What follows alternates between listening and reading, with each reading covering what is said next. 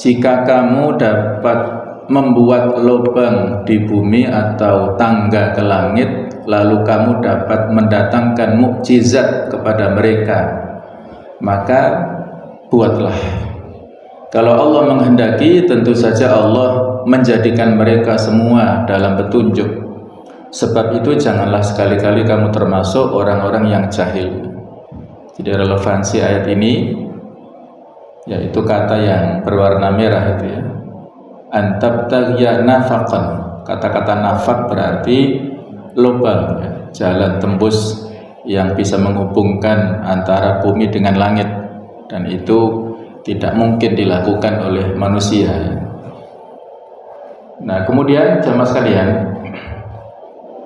munafik ini asal katanya adalah an-nafaq atau lubang di tanah. Ada binatang yang disebut yarbu. Yarbu itu adalah semacam tikus yang kaki sebelah belakangnya itu lebih panjang dari sebelah depannya. Itu biasa punya rumah dengan 2 pintu. Pintu satunya adalah pintu rahasia yang disebut nafiqah, yang ya, gambarannya seperti ini ya. Jadi ada lubang yang sebelahnya yang menjadi rahasia, sehingga kalau biasa di kita tikus ya, nah itu susah untuk diburu karena dia punya pintu rahasia, bisa melarikan diri ya tanpa diketahui oleh manusia ini. Nah, inilah kurang lebih kata-kata atau penggunaan dari kata-kata nifaq atau nafaq, yang itu adalah satu akar kata, yaitu nafiqah, pintu yang rahasia ataupun lubang.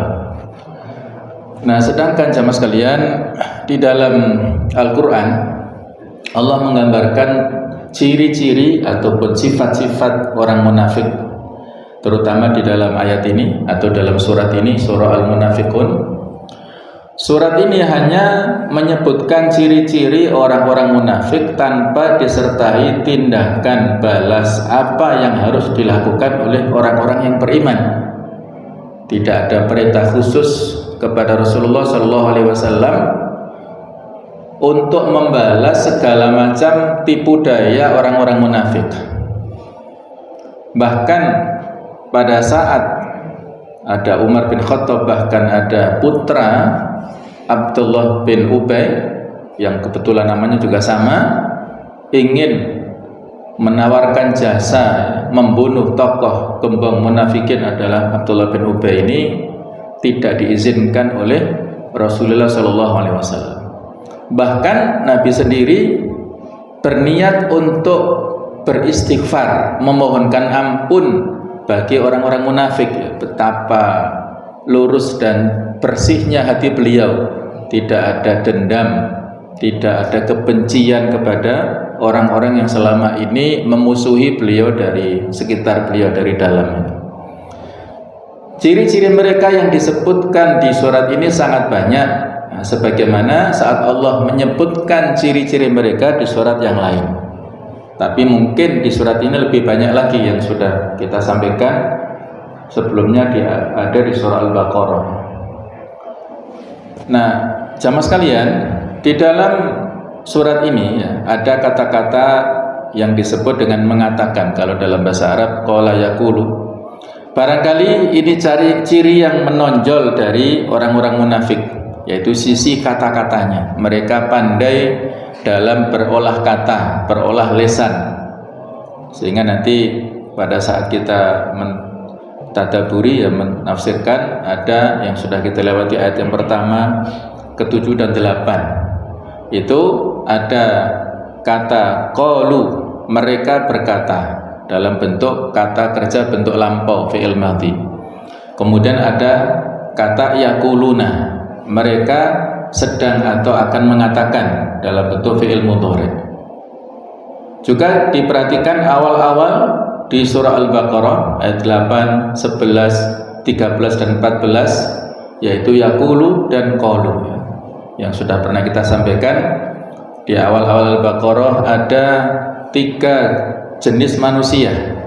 Ada orang-orang yang muttaqun, dan ada orang-orang kafir, serta ada orang-orang munafik. Ketika Allah menceritakan ciri orang-orang yang bertakwa, hanya beberapa ayat saja. Kemudian ketika menyebutkan ciri-ciri orang yang kafir, itu juga hanya beberapa ayat. Tetapi ketika menceritakan tentang ciri-ciri orang munafik, itu disebutkan dalam beberapa ayat yang cukup panjang, yang ini menjadi semacam isyarat bahwa kita harus waspada kepada orang-orang munafik ini. Ayat 2 surah Al-Munafikun juga mengisyaratkan masalah ini, bahkan dalam bentuk yang lebih tegas secara lisan, tetapi lebih daripada qaul, ya, berupa sumpah syahadah. Jadi lebih tegas lagi. Mereka punya sifat-sifat dalam bentuk lisannya, perkataannya yang lebih menguatkan kepada orang-orang yang mendengarnya. Sehingga ciri yang menonjol dari orang-orang munafik, mereka ini memiliki sifat bohong, ya, al-kadzib. Ketika bicara, mereka sampaikan tidak sesuai dengan fakta. Mereka bohong. Gampang sekali mereka menyampaikan kebohongan. Nah, dalam surah Al-Munafikun ini, di sini paling tidak ada 14 sifat yang Allah sampaikan sebagai bentuk kewaspadaannya kepada kita semuanya. Yang pertama, kadzibun. Mereka ini orang-orang yang berbohong. Kemudian yang kedua, ittakhadhu aymanahum junnah. Mereka membuat atau menjadikan sumpah-sumpah mereka sebagai tameng, perlindungan, supaya mereka tidak terkena ancaman dari kaum muslimin. Yang ketiga, fasattu an sabilillah, bahkan ini disebutkan 2 kali, mereka menghalangi dari jalan Allah. Kemudian keempat, amanu tsumma kafaru. Mereka ini orang-orang yang sebelumnya beriman, kemudian mereka kafir. Iman dari sisi lahiriah saja, tetapi batinnya mereka menyimpan kekafiran. Kemudian ada lagi kalimat la yafqahun, ya, mereka tidak berpikir atau tidak memiliki pemahaman, bahkan disebutkan 2 kali. Yang keenam, idza ra'aitahum tu'jibuka ajsamuhum. Apabila engkau melihat mereka, maka engkau takjub dengan fisik-fisik mereka. Penampilan zahirnya meyakinkan, lebih alim ataupun barangkali secara performa lebih soleh daripada orang muslim yang sebenarnya. Yang ketujuh, iyaqulu tasma' liqaulihim. Jika mereka berkata, kamu mendengar perkataan mereka yang lihai, yang manis tutur katanya, yang menarik, sehingga siapapun pendengar itu bisa tertarik dengan omongan kalimat-kalimat dari lisan mereka. Yang kedelapan, ka'annahum khusyubun musannadah. Permisalan mereka seperti kayu yang dibuat sandaran. Yang kesembilan, yahsabuna kulla sayhatin alaihim. Mereka mengira setiap kilat itu menyambar mereka. Mereka serba khawatir, jangan-jangan kalau ada orang lain yang kasak kusuk itu membicarakan tentang sifatnya, ya, mereka tidak merasa aman dengan sifat tersebut, merasa selalu terancam. Yang ke-10, idza qila lahum ta'alu. Ketika dikatakan kepada mereka, marilah ke sini, yastaghfir lakum, supaya dia memohonkan ampun untuk kalian, Rasulullah itu Rasul, lawallau ru'usahum, mereka memalingkan mukanya, tidak mau, karena hum mustakbirun, ya, mereka adalah orang-orang yang sombong. Ke-12, mereka ini humul ladzina yaquluna la tunfiqu ala man inda Rasulillah hatta yanfatu, orang-orang yang memprovokasi supaya tidak mau mengeluarkan infak kepada orang-orang yang di sekitar Rasul ataupun yang pada saat di hadapan Rasul, sehingga mereka beralih. Yang ke-13, yaquluna la irja'na ilal Madinah, mereka berkata seandainya kami pulang ke Madinah, la yukhrijannal a'azzu minal adal, niscaya orang yang kuat akan mengusir yang lemah. Yang dimaksud pada awalnya al-a'azzu adalah dia sendiri atau orang munafik ini, yaitu Abdullah bin Ubay bin Salul, sedangkan al-adhallu adalah Rasulullah. Tapi sebenarnya ini nanti dibalik oleh Allah Ta'ala. Kemudian yang ke-14, la ya'lamun, mereka ini orang-orang yang tidak memiliki ilmu, ya, tidak mengerti. Nah, sama sekalian kita akan mentadaburi yaitu ayat-ayat dari ayat ke-5 sampai dengan ayat ke-8. A'udzu billahi minasyaitonir rajim. Bismillahirrahmanirrahim. وَإِذَا قِيلَ لَهُمْ تَعَالَوْا يَسْتَغْفِرْ لَكُمْ رَسُولُ اللَّهِ لَوَّوْا رُؤُوسَهُمْ وَرَأَيْتَهُمْ يَصُدُّونَ وَهُمْ مُسْتَكْبِرُونَ سَوَاءٌ عَلَيْهِمْ أَسْتَغْفَرْتَ لَهُمْ أَمْ لَمْ تَسْتَغْفِرْ لَهُمْ لَن يَغْفِرَ اللَّهُ لَهُمْ إِنَّ اللَّهَ لَا يَهْدِي الْقَوْمَ الْفَاسِقِينَ هم الذين يقولون لا تنفقوا على من عند رسول الله حتى ينفضوا ولله خزائن السماوات والأرض ولكن المنافقين لا يفقهون يقولون لئن رجعنا إلى المدينة ليخرجن الأعز منها الأذل ولله العزة ولرسوله وللمؤمنين ولكن المنافقين لا يعلمون. Wa idza qila lahum, dan apabila dikatakan kepada mereka, kepada orang-orang munafik itu, ta'alau, marilah kalian kemari beriman, yastaghfir lakum Rasulullah, supaya Rasulullah memohonkan ampunan bagi kalian. Lawwa ru'usahum, mereka ini membuang muka, memalingkan muka. Wa ra'aitahum, dan engkau melihat mereka yasudduna, mereka menolak ajakan itu, wa hum mustakbirun, sambil mereka menyombongkan diri. Sawaun alaihim, sama saja bagi mereka, astaghfarta lahum, apakah engkau wahai Nabi Muhammad memohonkan ampun untuk mereka, am lam tastaghfir lahum, ataukah engkau tidak memohonkan ampun untuk mereka. La yaghfirallahu lahum, Allah tidak akan mengampuni mereka. Bisa kita lihat di sini ada huruf lan. Lan ini artinya tidak. Dalam bahasa Arab ada huruf la, la itu la nafi, ada huruf lam juga, ya, masing-masing ini artinya mirip tidak. Tetapi kalau penggunaan lan itu menunjukkan sebuah keabadian, selamanya. Allah sama sekali tidak menerima ampunan ataupun tidak mengampuni mereka. Nah, itu kata-kata lannya lebih mantap, ya, menggunakan huruf yang bermakna taukid, penguatan. Mengapa demikian? Innallaha, sesungguhnya Allah, la yahdil qaumal fasikin, tidak akan memberi petunjuk kepada orang-orang yang fasik. Humul ladzina yaquluna, merekalah orang-orang yang berkata, la tunfiqu ala man inda Rasulillah, janganlah bersedekah kepada orang-orang muhajirin, orang-orang yang hijrah dari Mekah ke Madinah, yang ada di sisi Rasulullah SAW, hatta yanfaddu, sampai mereka bubar meninggalkan Rasulullah. Walillahi khazainus samawati wal ard, padahal milik Allah lah perbendaharaan langit dan bumi. Walakinnal munafiqina la yafqahun, akan tetapi orang-orang munafik itu tidak mengerti. Yaquluna, mereka berkata, la irja'na ilal Madinah, jika kita kembali ke Madinah dari perang Bani Musthalib, la yukhrijannal a'azzu minal adal, niscaya atau pasti akan mengusir, akan mengeluarkan orang yang kuat kepada orang yang lemah di sana.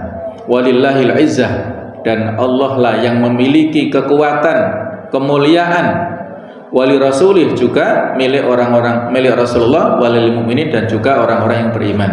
Walakinnal munafiqin la ya'lamun, tetapi orang-orang munafik tidak mengetahui.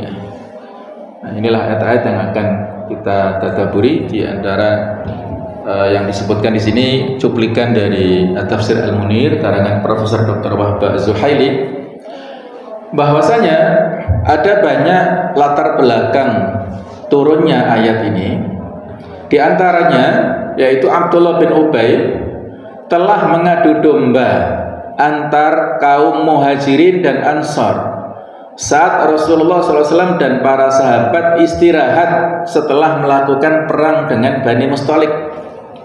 Sudah kita terangkan ya bagaimana sekilas tentang peperangan kepada atau permusuhan kita kaum muslimin saat itu berperang melawan Bani Mustalik, yaitu kurang lebih pada bulan Sya'ban ya, tahun ke-5 Hijriyah. Perang Bani Mustalik adalah dari suku atau Bani Khuza'ah, yang mereka ini ada sinyal ataupun isyarat-isyarat akan menyerang Madinah. Mereka menghimpun kekuatan untuk menyerang Madinah, dan sudah valid karena Nabi sudah mengirimkan delegasi intelijen yang valid, sehingga mereka tidak bisa berkutik. Dan sebelum mereka memiliki kesiapan, Nabi lebih dulu mengepung dan akhirnya bisa mengalahkan mereka dengan kekalahan atau dengan kemenangan yang luar biasa. Jadi setelah selesai perang Bani Mustalik itulah kejadian peristiwanya, diantaranya provokasi dari Abdullah bin Ubay. Kemudian juga ada kisah yang sangat fenomenal, Aisyah itu dituduh oleh orang-orang munafik melakukan perselingkuhan dengan salah seorang sahabat, yaitu Sufyan bin Mu'attal, karena mereka terlihat berduaan pada saat pulang di Madinah, tidak ikut bersama dengan rombongan. Ini mengakibatkan Madinah yang sebelumnya aman-aman saja akhirnya menjadi goncang dengan peristiwa isu yang dibuat oleh orang-orang munafik ini. Kemudian juga ada peristiwa pernikahan Rasulullah SAW dengan salah seorang tokoh Bani Mustalik, bahkan pemimpinnya yaitu Juwairiyah binti Al-Harith. Al-Harith itu adalah pimpinannya Bani Mustalik, Al-Harith bin Abu Dirar. Jadi dengan masuk Islamnya Juwairiyah dan menjadi Ummul Mukminin, maka ada ratusan orang-orang Bani Mustalik yang menyatakan masuk Islam. Nah, itulah contoh ada pernikahan yang ada misi tertentu berdasarkan perintah dari Allah Subhanahu wa taala ya. Dan sudah kita sampaikan bahwasanya setiap Nabi menikahi seorang wanita, maka itu bukan kemauan pribadinya. Tidak ada syahwat pribadi beliau, tidak ada keinginan pribadi dari beliau, tetapi semua itu atas perintah dan petunjuk dari Allah Ta'ala. Ada misi dakwah di situ, baik itu untuk menegaskan tentang perubahan hukum, atau untuk misi supaya kaumnya masuk Islam, atau misi yang lainnya seperti pernikahan Rasul dengan Aisyah, yang Aisyah adalah masih muda, itu punya misi karena Aisyah memiliki kecerdasan dan memiliki otak yang sangat kuat ingatannya, sehingga banyak hukum-hukum dari sisi rumah tangga beliau yang direkam dengan bagus oleh Aisyah, sehingga ketika Aisyah bersama dengan Rasulullah sangat menguasai tentang hukum-hukum kerumah tanggaan. Dan pada saat Nabi meninggal, Aisyah usianya baru 18 tahun, jadi masih sangat muda. Dan usianya ketika Nabi sudah meninggal, Aisyah lah yang menjadi rujukan oleh para ibu atau ibu-ibu yang menanyakan tentang hukum. Bahkan para sahabat juga bertanya tentang hukum kepada Aisyah. Itulah misi-misi yang ada di balik pernikahan Rasulullah SAW. Di sini, di saat ada provokasi dari orang-orang munafik, terutama Abdullah bin Ubay inilah, setelah pulang dari Bani Mustalik ini mendengar kabar itu Rasulullah memerintahkan untuk melanjutkan perjalanan hingga keesokan harinya. Hal ini dilakukan Rasul agar mereka kelelahan dan tidak ada waktu untuk membicarakan tentang isu adu domba Abdullah bin Ubay ini. Lalu turunlah ayat ini, wa idza qila lahum, apabila dikatakan kepada mereka. Maka qila li Abdullah bin Ubay, ada yang menyebutkan salah seorang sahabat kepada Abdullah bin Ubay, lau ataitan nabiyya fastaghfara laka faja'ala yalbi ra'sahu. Wahai Abdullah bin Ubay, seandainya kamu mau mendatangi Rasulullah, kemudian nantinya beliau akan memohonkan ampun untukmu, itu sesuatu yang baik karena kamu telah mengatakan begini begitu yang membuat barisan kaum muslimin ini tercerai-berai.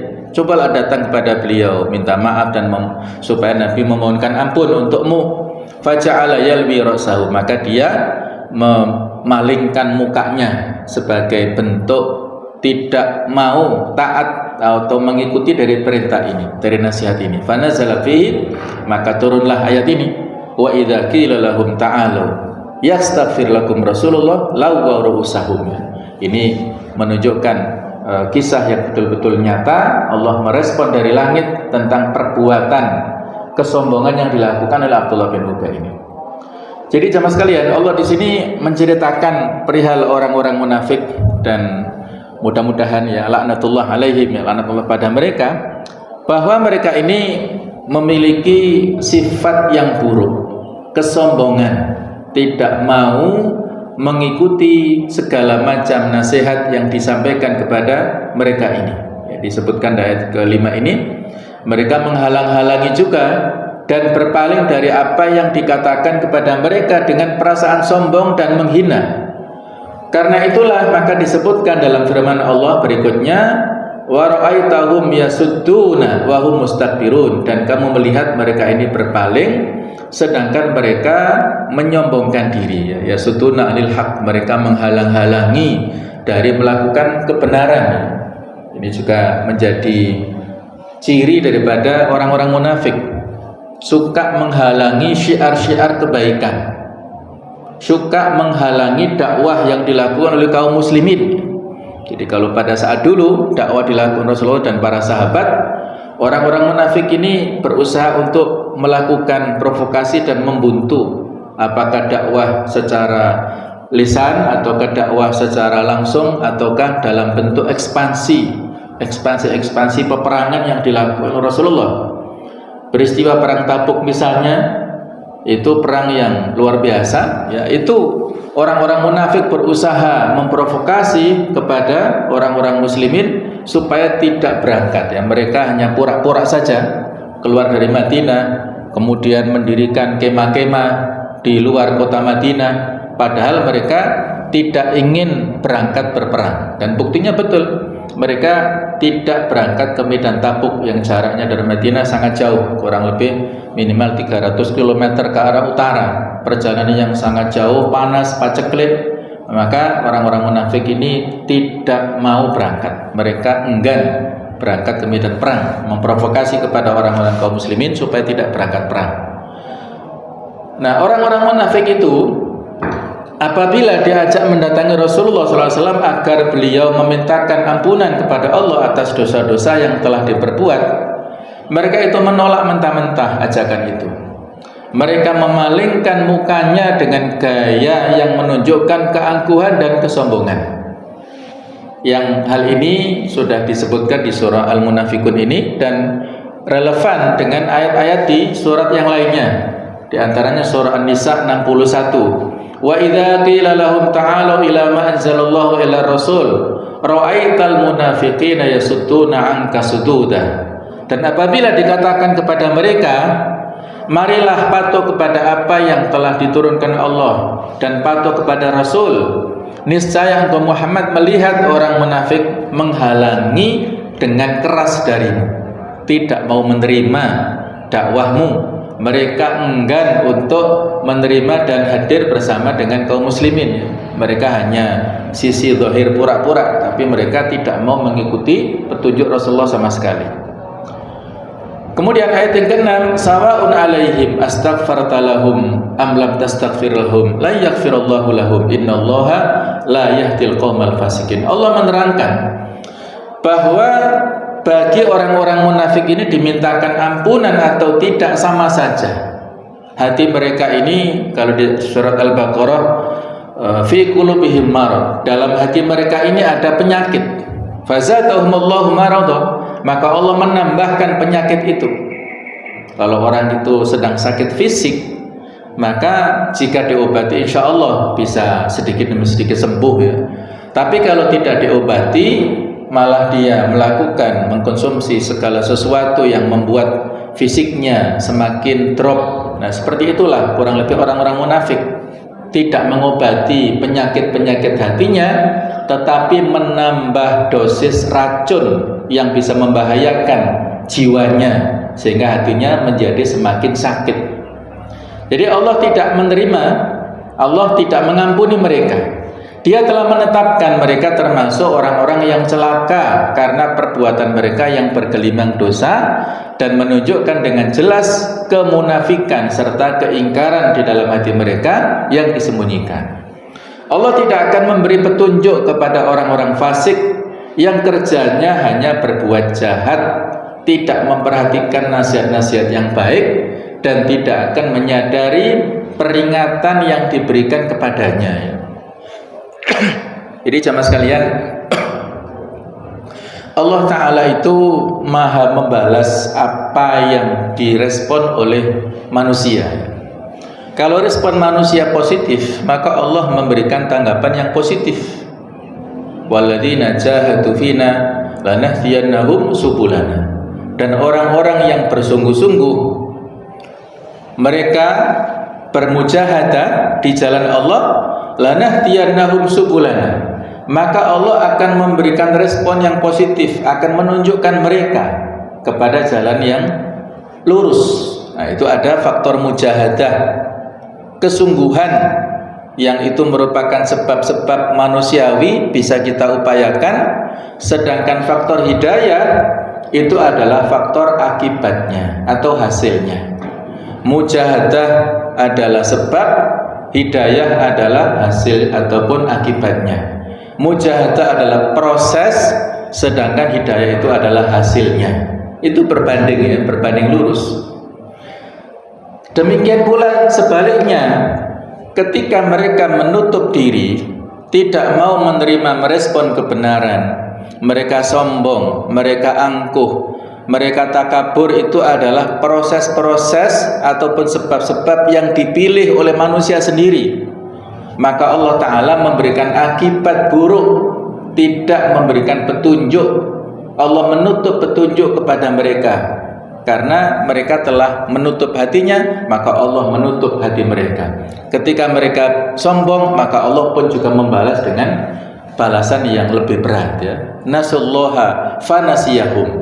Mereka itu lupa kepada Allah, maka Allah meninggalkan mereka.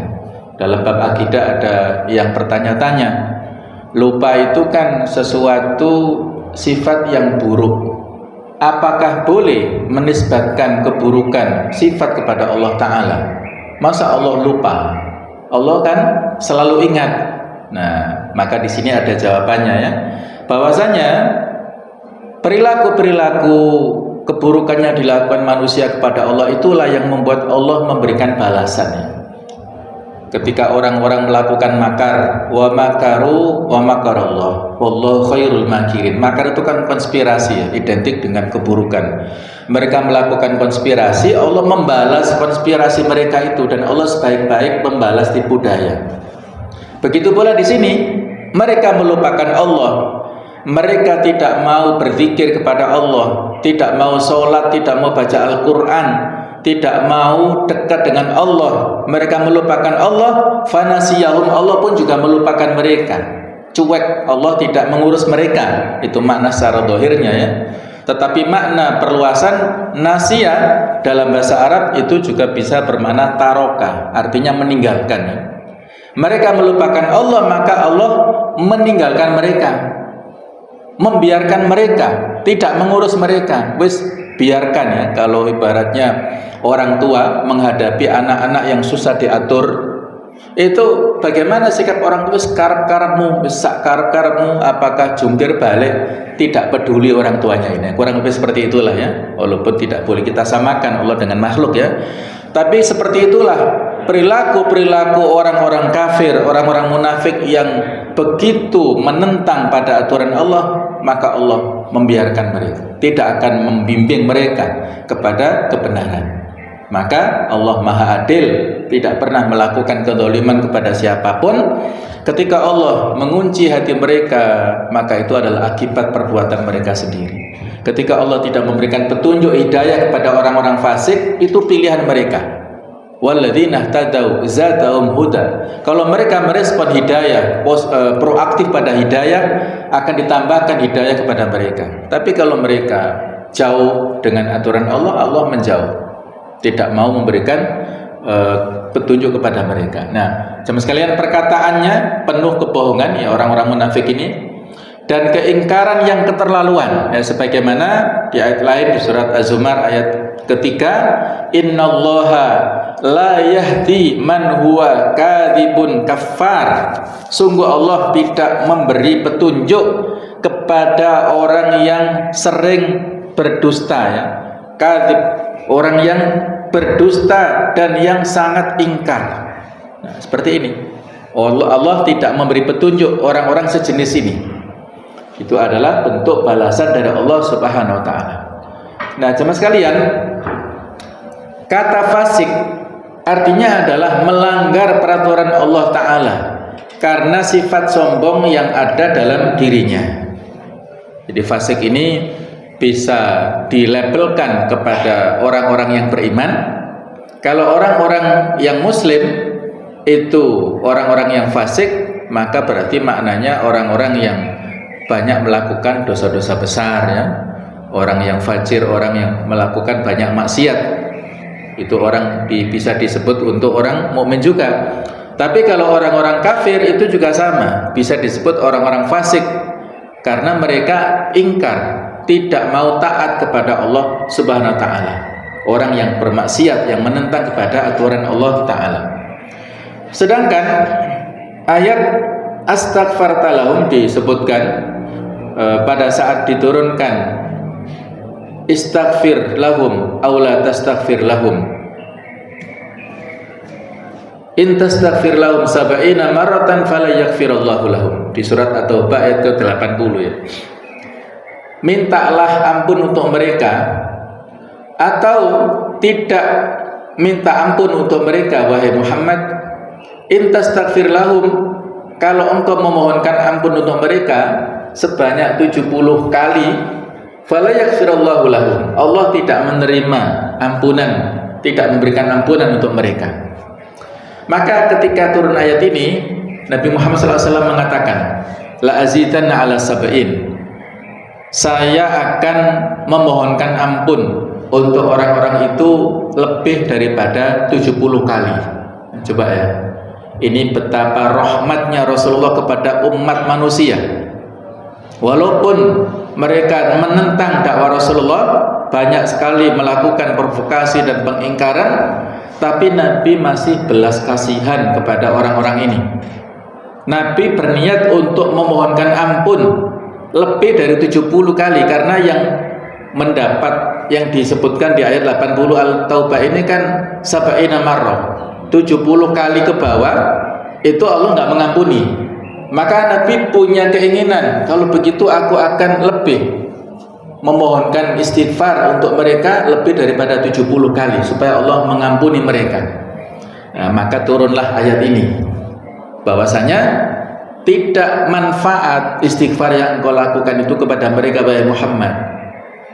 Walaupun lebih daripada 70 kali tidak ngefek, tidak membuat mereka akhirnya jerah dan membuat Allah mengampuni mereka. Nah, jadi sawa'un alaihim, sama saja wahai Muhammad, astaghfarta lahum, apakah engkau memohonkan ampun untuk mereka atau tidak, baik itu kurang daripada 70 ataukah lebih, itu sama saja, Allah tidak mengampuni orang-orang munafik tersebut.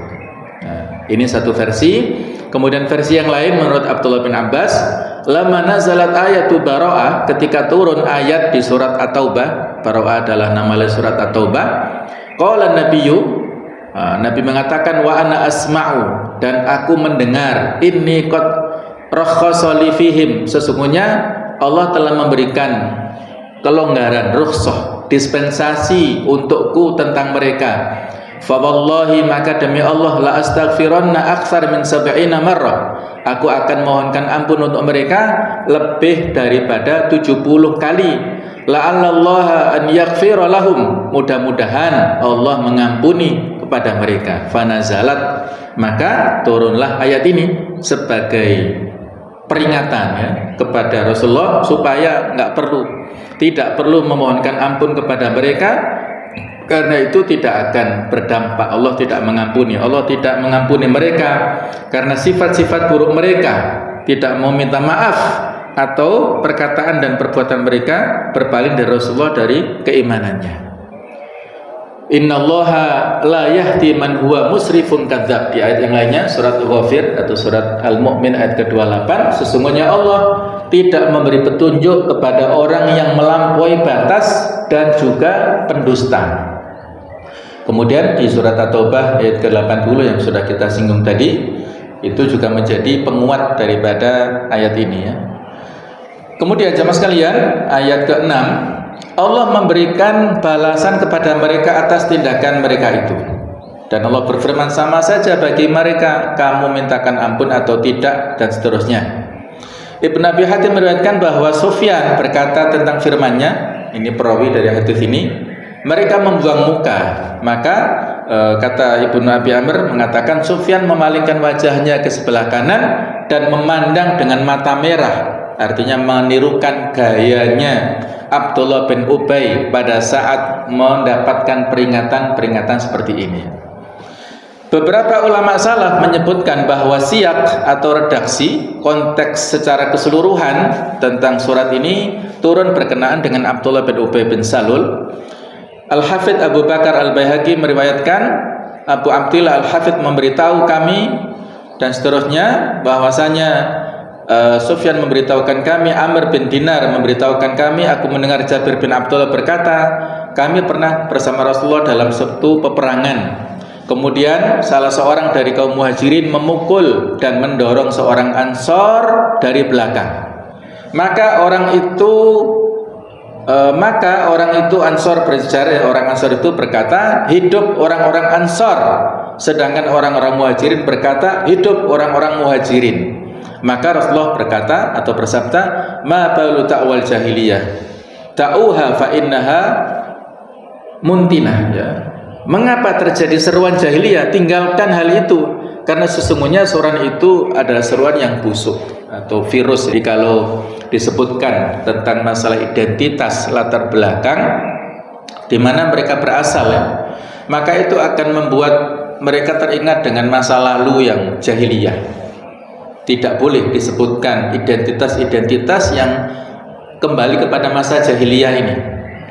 Jadi ketika orang-orang Muhajirin ya berhijrah dari Mekah ke Madinah, kemudian orang-orang Ansor, yang disebut Ansor adalah mereka para penolong, itu sudah rukun, sudah terikat hatinya dengan nilai-nilai keislaman. Nabi juga sudah mempersaudarakan mereka. Maka jangan sekali-kali persaudaraan kerukunan ini diusik dengan sejarah-sejarah masa lalunya, karena masa lalu di Madinah itu tidak baik-baik saja, penduduk Madinah maksudnya ya, karena di sana ada pertikaian yang terus-menerus antara dua suku besar, suku Aus dan Khazraj. Kalau Abdullah bin Ubay itu dari suku Khazraj. Jadi ada hobi yang masa lalu mereka melakukan peperangan antara satu kabilah dan yang lain dalam masalah-masalah yang sepele, masalah-masalah kehormatan, masalah harga diri. Nah, sehingga ketika ada pembelaan-pembelaan, ini kan bisa jadi hanya salah paham saja, mungkin dorongnya juga tidak sengaja. Tapi kalau ada yang memprovokasi, yang terdolimi, ya seolah-olah itu adalah dari orang-orang yang madlum merasa terdolimi, Jadi di sini tertuduh, kaum Muhajirin tertuduh memukul orang Ansor ya, sehingga dibela oleh orang-orang dari asli Madinah. Walaupun mereka sudah masuk Islam ya, tapi kalau disebutkan seruan-seruan jahiliyah, maka khawatir akan tersulutlah emosinya, dan itu akan membahayakan barisan kaum muslimin. Nah, inilah dimanfaatkan oleh Abdullah bin Ubay ini ya. Jadi Abdullah bin Ubay bin Salul mengatakan, mereka sungguh telah melakukannya. Demi Allah, jika saja kita kembali ke kota Madinah, pastilah orang-orang yang lebih kuat dan mulia akan mengusir orang yang lemah dan terhina. Jabir bin Abdullah mengatakan bahwa sedangkan orang-orang Ansor yang ada di kota Madinah lebih banyak jumlahnya dari orang-orang Muhajirin ketika Rasulullah SAW sampai di kota Madinah. Dan setelah beberapa waktu kaum Muhajirin pun semakin banyak. Kemudian Umar berkata, biarkan aku memenggal leher orang munafik ini. Maka Nabi bersabda, biarkan saja wahai Umar, sehingga orang-orang tidak akan membicarakan bahwa Muhammad telah membunuh para sahabatnya. Jadi beliau merahasiakan identitas orang-orang munafik. Kalau seandainya itu dibunuh, maka akan timbul fitnah yang lebih berat. Nabi kewalahan nanti membalas segala macam pembulian daripada orang-orang kafir. Nah, maka dibiarkan isu-isu yang seperti ini ya. Jadi inilah jamaah sekalian, provokasi dari orang-orang munafik memanfaatkan segala peluang yang bisa diperbesar untuk merusak barisan kaum muslimin dari dalam. Sedangkan pada ayat 7 Allah menjelaskan, orang-orang munafik itu selalu menganjurkan agar orang-orang Ansor tidak memberi nafkah kepada orang-orang Muhajirin yang datang bersama-sama Nabi Muhammad dari Mekah, dan membiarkan mereka menderita kelaparan, sehingga mereka akan meninggalkan Nabi sallallahu alaihi wasallam. Anjuran dan anggapan orang-orang munafik itu keliru. Mereka tidak mengetahui bahwa semua yang ada di langit dan di bumi adalah kepunyaan Allah. Di tangannya lah kunci perbendaharaan rezeki manusia. Tidak seorang pun yang dapat memberikan sesuatu kepada yang lain kecuali dengan kehendaknya. Mereka tidak mau memahami sunnatullah yang berlaku bagi makhluk-makhluknya. Allah telah menjamin rezeki hambanya dan dimanapun mereka berada. Setiap mereka bekerja dan berusaha, mereka akan memperoleh rezekinya ya. Di surat Al-Hasyr barangkali sudah ditadaburi ya, itu diceritakan sifat-sifat yang baik yang dimiliki oleh orang-orang Muhajirin. Di antaranya sifat iffah, yaitu menjaga harga dirinya. Orang-orang Muhajirin ini tidak karena ya kesempatan dalam kesempitan, tidak memanfaatkan peluang kebaikan orang-orang Ansor, tapi mereka menjaga harga dirinya. Orang-orang Ansor juga demikian. Mereka ini saudara-saudara yang mendapatkan dakwah Islamiyah, menjadi tuan rumah yang baik. Ketika selesai dalam penaklukan ataupun pengusiran Bani Nadir, itu kaum muslimin kan mendapatkan fai itu harta rampasan tanpa peperangan, karena orang-orang Bani Nadir ini menyerah tanpa melakukan perlawanan. Mereka menyerah setelah dikepung oleh kaum muslimin selama 6 atau 15 hari. Mereka hanya melemparkan anak panah dari dalam benteng mereka, tidak berani keluar. Dan kaum muslimin atas perintah Allah ya dan Rasulnya ini membakar pohon-pohon kurma yang ada di sekitar benteng mereka, yang membuat mereka ketakutan dan akhirnya mereka menyerah. Nah, setelah itulah mereka terusir dari Bani Nadir ini, dan mereka ada yang ke Syam dan ada yang ke tempat yang lainnya. Maka kaum muslimin mendapatkan harta fai. Fai ini beda dengan ghanimah. Kalau ghanimah itu karena ada perlawanan. Nah, kalau harta fai ini diberikan lil fuqara'il muhajirin, kepada orang-orang muhajirin yang fakir. Walaupun sebelum itu Nabi beraudiensi dengan orang-orang Ansor ya, karena nanti yang akan mendapatkan harta ini orang-orang muhajirin, Nabi tidak melibatkan mereka dalam musyawarah. Yang diajak musyawarah adalah orang-orang Ansor. Wahai orang-orang Ansor, ini ada harta fai yang banyak. Ada beberapa opsi untuk kalian. Apakah yang pertama, harta ini saya berikan kepada orang-orang muhajirin, nanti kalian tidak mendapatkan, Kemudian orang-orang muhajirin akan meninggalkan rumah kalian supaya mereka mandiri. Apakah ngontrak rumah apa? Mereka mendirikan rumah sendiri ya, tidak nempong ataupun tidak tinggal bersama kalian. Opsi pertama itu. Atau yang kedua, kalian mendapatkan share daripada harta ini, kemudian mereka tetap tinggal bersama kalian, orang-orang Ansor.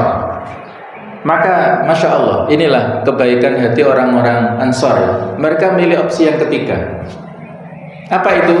Wahai Rasulullah, silahkan Anda bagi harta itu kepada orang-orang muhajirin, dan mereka tetap boleh tinggal bersama kami di rumah-rumah kami. Itu opsi ketiga ya, yang tidak diberikan Rasulullah, tapi akhirnya Nabi menyetujui karena itu pilihan mereka. Artinya mereka ini orang-orang yang tulus dalam memberikan bantuan kepada orang-orang muhajirin. Orang-orang muhajirin berhijrah dari Mekah nggak bawa apa-apa, ya hanya sekedarnya pakaian dan uang secukupnya. Harta benda, properti, aset-aset yang mereka miliki tinggal semua di Mekah, nggak boleh dibawa oleh orang-orang kafir, terhalangi. Nah, mereka datang ke Madinah dalam keadaan fuqara, fakir miskin, ditampung oleh orang-orang Ansor ini. Pada saatnya orang-orang Ansor punya peluang untuk mendapatkan rezeki, tapi tidak diterima. Itulah ithar atau sifat mendahulukan kepentingan orang lain, tidak aji mumpung tadi ya, tidak untuk kepentingan dirinya sendiri. Nah, seperti itulah ya tentang gambaran sifat-sifat orang Ansor dan Muhajirin yang tulus, yang luar biasa keikhlasannya ini. Nah, ternyata ya diprovokasi lah oleh orang-orang munafik ini ya. Jadi orang-orang munafik ini berusaha untuk mempengaruhi orang-orang Ansor supaya melakukan segala macam keburukan kepada tamunya, orang-orang Muhajirin ini.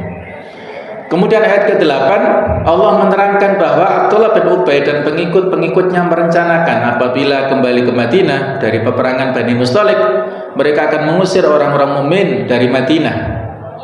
Nah, karena itu tadi, ini orang-orang Muhajirin semakin hari semakin banyak ini. Kalau mereka nggak diusir, mereka akan menguasai Madinah, menguasai penduduk pribumi. Nah, itu logika-logika berpikir jahat yang dimiliki oleh orang-orang munafik ini. Mereka merasa dan menganggap bahwa mereka lah yang kuat, perkasa dan mulia, sedangkan orang-orang mukmin itu lemah dan hina. Mereka tidak menyadari bahwa kekuatan, keperkasaan dan kemuliaan berada di tangan Allah dan Rasul-Nya, serta orang-orang mukmin yang telah dimuliakannya. Diriwayatkan bahwa putra Abdullah bin Ubay adalah orang yang benar-benar beriman. Jadi putranya sudah masuk Islam.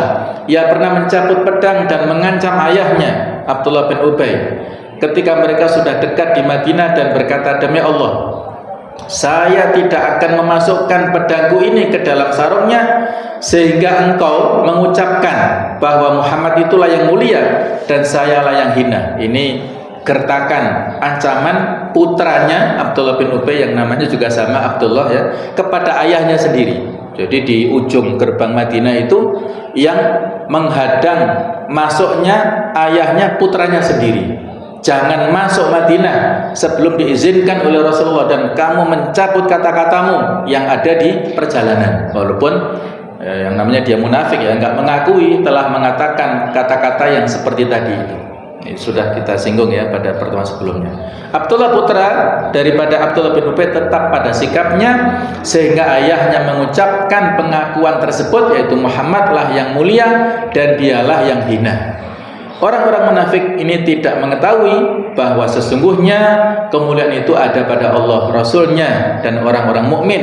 Kemenangan terakhir ada pada orang-orang yang bertakwa dan Allah akan memberikan pertolongan kepada orang-orang yang menegakkan agamanya sebagaimana diterangkan dalam ayat yang lainnya, kataballahu la aghlibanna ana wa rusuli innallaha qawiyyun aziz.